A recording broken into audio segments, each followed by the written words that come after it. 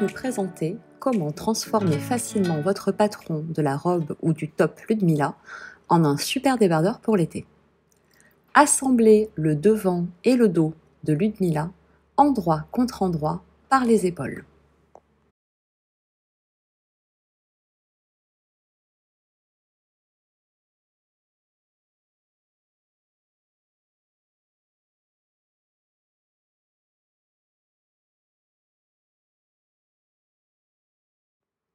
Repassez vos coutures vers l'arrière.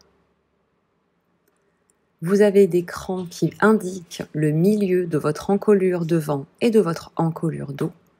Déployez votre vêtement face à vous et préparons maintenant la bande d'encolure. Commencez par refermer votre bande d'encolure en la mettant bord à bord et endroit contre endroit. Cousez cette partie. Reportez maintenant le milieu de votre bande d'encolure. Cela va vous servir de repère pour venir l'assembler au niveau de l'encolure de votre vêtement. Rabattez la bande sur elle-même envers contre envers et épinglez les points remarquables, la couture de la bande d'encolure qui répond au milieu, devant ou dos, et le petit endroit marqué à l'épingle qui marque le milieu de la bande d'encolure qui répond à l'autre cran milieu. Épinglez ces deux repères remarquables, puis vous allez rayonner pour épingler votre bande repliée sur tout le pourtour de l'encolure. Il s'agit d'une pièce en maille, c'est-à-dire que l'on aura toujours la bande qui borde qui sera légèrement plus petite que la zone à border. Autrement dit, votre bande est plus courte que le tour de votre encolure, ce qui est parfaitement normal. Cela évite que votre vêtement ne bâille quand vous le portez. Étirez légèrement, puis stabilisez, comme ici avec des petites pinces ou avec des aiguilles, votre bande sur votre encolure. Vous aurez naturellement des zones qui vont légèrement gondoler au niveau de l'encolure, marquant bien la différence de dimension entre vos deux pièces. Faites la même chose pour tout le tour de l'encolure.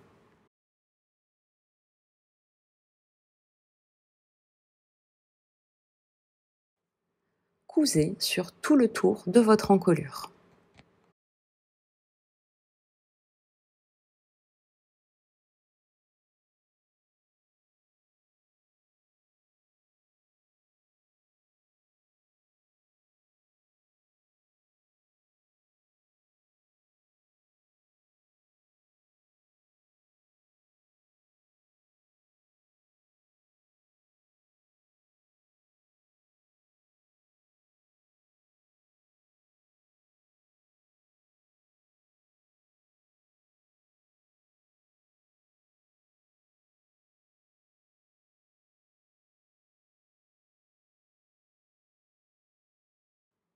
Mettez bien en place votre bande d'encolure et venez repasser.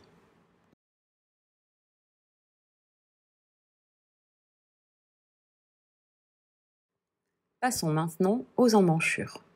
Normalement, Ludmilla est un patron avec des manches.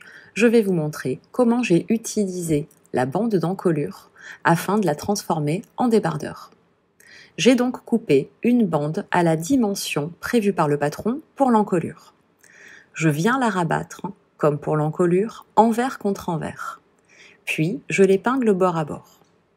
Je commence par épingler une extrémité et je rayonne pour venir épingler au fur et à mesure ma bande en exerçant toujours une légère tension dessus. À nouveau, comme pour l'encolure, la bande doit être légèrement plus courte que le tour de l'emmanchure. Épinglez ou, comme ici avec les petites pinces, stabilisez votre bande sur tout le tour de votre emmanchure d'une extrémité à l'autre. Une fois que vous aurez déterminé la dimension nécessaire, il ne vous reste plus qu'à désépingler ou déstabiliser avec les pinces et à reporter la valeur de cette bande, ici 36 cm, sur votre plan pour pouvoir couper la seconde bande d'emmanchure. Il faudra effectuer la même chose pour chaque taille, sachant que la dimension de la bande va être autant tributaire de la taille de gradation que du type de jersey employé. Mes deux bandes d'emmanchure sont montées à plat sur mes emmanchures. Il ne me reste plus qu'à les assembler.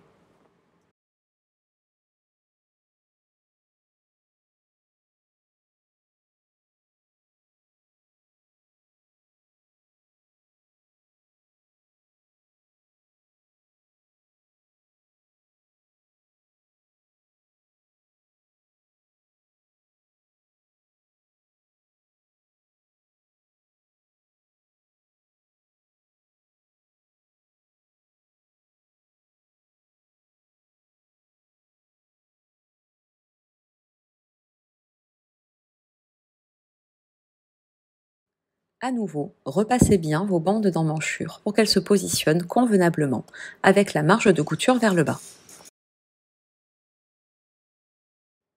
Pour fermer votre vêtement sur les côtés, rabattez endroit contre endroit le devant sur le dos et venez épingler sur toute la longueur de la ligne côté.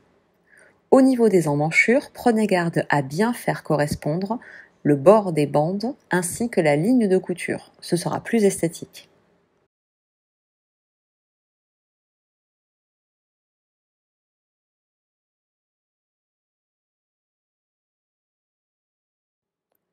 Cousez les côtés de votre vêtement.